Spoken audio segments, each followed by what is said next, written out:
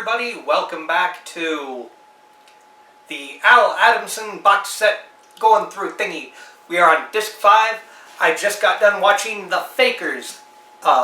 Bit of housekeeping. There will be a jump cut, so you're going to see this. There will be a cut, and then I'll come back and...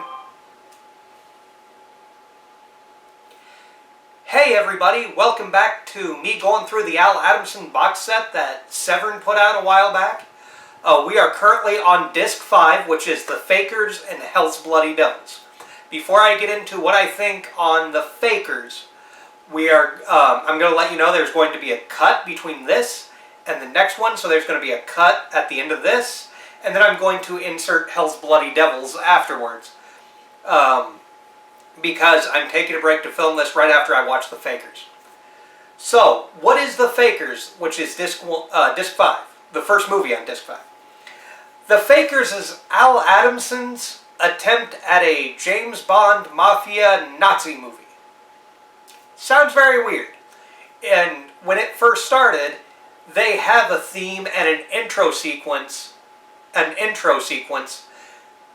is a lot like a James Bond film. This first guy you see does like karate chops to the back of a guy's neck in a car, and you're sitting there thinking, oh my god, this is an Al Adamson version of James Bond. That'll be interesting. It's not. It is, but it isn't. It's weird. It's like he's making James Bond into a member of, I don't want to say mafia, but that's kind of what they're hinting at a mafia type. The other James Bond connection is it takes place in Vegas. There are people playing cards. They are trying to stop a counterfeit... Well, the police are trying to stop...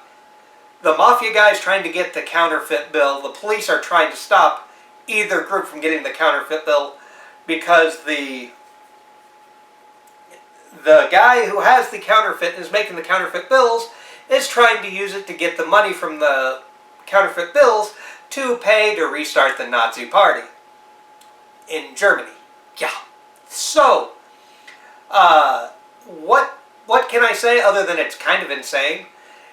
It starts off with action, which is what I really like. A car goes over the cliff in like the first 5 minutes of this film, and I'm sitting there going, all right, I'm pumped, I'm ready for action. The problem that this movie has is that it's action, and then there's like there are two 10-minute chase scenes. There's one in a car, and there's one, well, not a chase scene. Let me rephrase it, sorry. There is a 10-minute chase scene, and there's a scene of Mark Adams, who is the main character, going out, that's the main character's name, I should say, going out on a date with this woman, and it's just them walking through town. If both those scenes were cut, it would cut the movie down probably to under the over hour and a half that it is. So, do I like The Fakers? I like parts of it. I like the fact that it's kind of like a James Bond movie. I like the fact that they turn it on its head and it's kind of a mafia type guy. I like that it's more actiony and that it sticks to... And that it has kind of... I like that it's more actiony, and I kind of like the plot where this evil group is going to take the money and start funding the Nazi party. Here's my issue. Here's my issues with it. While I'm thinking about it, before I forget, the video quality is loads better on this one than some of the others. There is some grain, but it's not super bad. The audio quality in one scene is terrible, but it's because they're in a room and it's echoey. But the bad parts about it. So, the bad part about it is that, yes, there is lots of Nazi imagery. There is a guy standing behind a Nazi flag. They do the Heil sign. And with what's going on in the world today, that part of it wasn't fun for me. Now, the thing this movie is known for is Harlan Sanders shows up. Yes, you heard that right. Colonel Sanders shows up in this movie. And it's really creepy. Because Mark and this girl are eating chicken. And he just kind of shuffles into frame. Watches them for like a minute. minute and a half before he goes, "Ain't that the greatest chicken? Ain't that the greatest chicken you ever ate?" And they just go, they're eating and they kind of nod and smile at him. And then cuts to a new scene. KFC did provide catering for this movie, so that makes sense. But Colonel Sanders just creeping up on people just kind of shuffling in the frame was weird. So yeah. The short story. To make this video shorter, The Fakers. I like some ideas. I do not like the whole film. So stay tuned, because after this cut, there will be Hell's Bloody Devils, which is a biker movie that uses footage from The Fakers. So, The Fakers on this box set is known as Crashing the Crime Syndicate. Smashing the Crime Syndicate and The Fakers are the same movie. So, want to put that out there. So, I will see you guys on the other side for Hell's Bloody Devils. Just finished Hell's Bloody Devils. And this is the poster for Disc 5. It says Smashing the Crime Syndicate, which is The Fakers. And the other one, Hell's Bloody Devils. Here's the thing. Hell's Bloody Devils so far has been his most, I don't want to say egregious, because I don't know if that's the right term. All he did is at the very beginning he adds a plot with bikers. A woman named Carol talks to the bikers. The biker subplot is this woman has the bikers keeping tabs on Mark Adams, who's the guy from the first movie. The biker footage, the video quality of that is extremely poor compared to the rest of it. But also, it's anticlimactic. I'm going to spoil this, and apologies if any of you are upset. So I'm giving you this chance. If you do not want to be spoiled, then fast forward to whatever time code is down here. And I will not be talking about spoilers. I'll be talking about something else. But again, fast forward to the time code that's going to be down here. And skip that, because I will spoil what happens to the bikers. I'm going to spoil it. It is going to happen.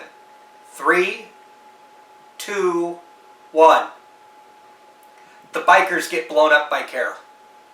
So it's a really weird thing. She throws a stick of dynamite, it takes all of them out, and then it cuts back to the main movie.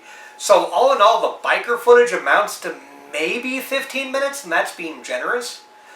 Like I said, it's at the beginning, then they're at a phone booth where the framing is off, because it shows a guy looking in, and then it the frame goes down, and then you see her, and then it goes back up. The thing you also need to know about is when you first put in Hell's Bloody Devils, there is... Okay, so this is like a bracelet. And if I can do it justice, let's see, right here. Imagine this just going like this on the corner of your screen for about the first 5-10 minutes of the film. So that's only during the first 5-10 minutes of this film. For the bikers, there's that green thing in the lower right-hand corner. While I don't know if I mentioned it the first time, but the theme song is done in a James Bond style, which I think goes along with them trying to do a James Bond type film. The credits are changed sort of for Hell's Bloody Devils. They add in motorcycles and they take out the different countries' logos, and instead it's bikers. But the naked woman that's drawn is still there. So, Hell's Bloody Devils. And the bikers are Nazis, because of course they are. But it's not as in your face as the main Count Nazi in The Fakers, or in this movie, because he's in both of them. So, what I recommend Hell's Bloody Devils, I would say, depends upon what you're looking for. If you are looking for a James Bond type spy type movie, go with The Fakers. If you want bikers added in, go with Hell's Bloody Devils. Ultimately, it is your choice. You paid for the box set, you're going to have a favorite. Honestly, I preferred The Fakers, which I did not think. I thought I would love the biker one. But again, it only amounts to like 15 minutes in a subplot that really doesn't go anywhere. And you can tell they were trying to cut together, but this person hangs up the phone, and then a car drives off. And it's like... Also, forgot to mention, John Carradine is a bird store owner. So he's in this. So that was Smashing the Crime Syndicate and Hell's Bloody Devils. I'm looking forward to the next one. The next one, we have Dracula vs. Frankenstein and Brain of Blood. So that will be disc 6.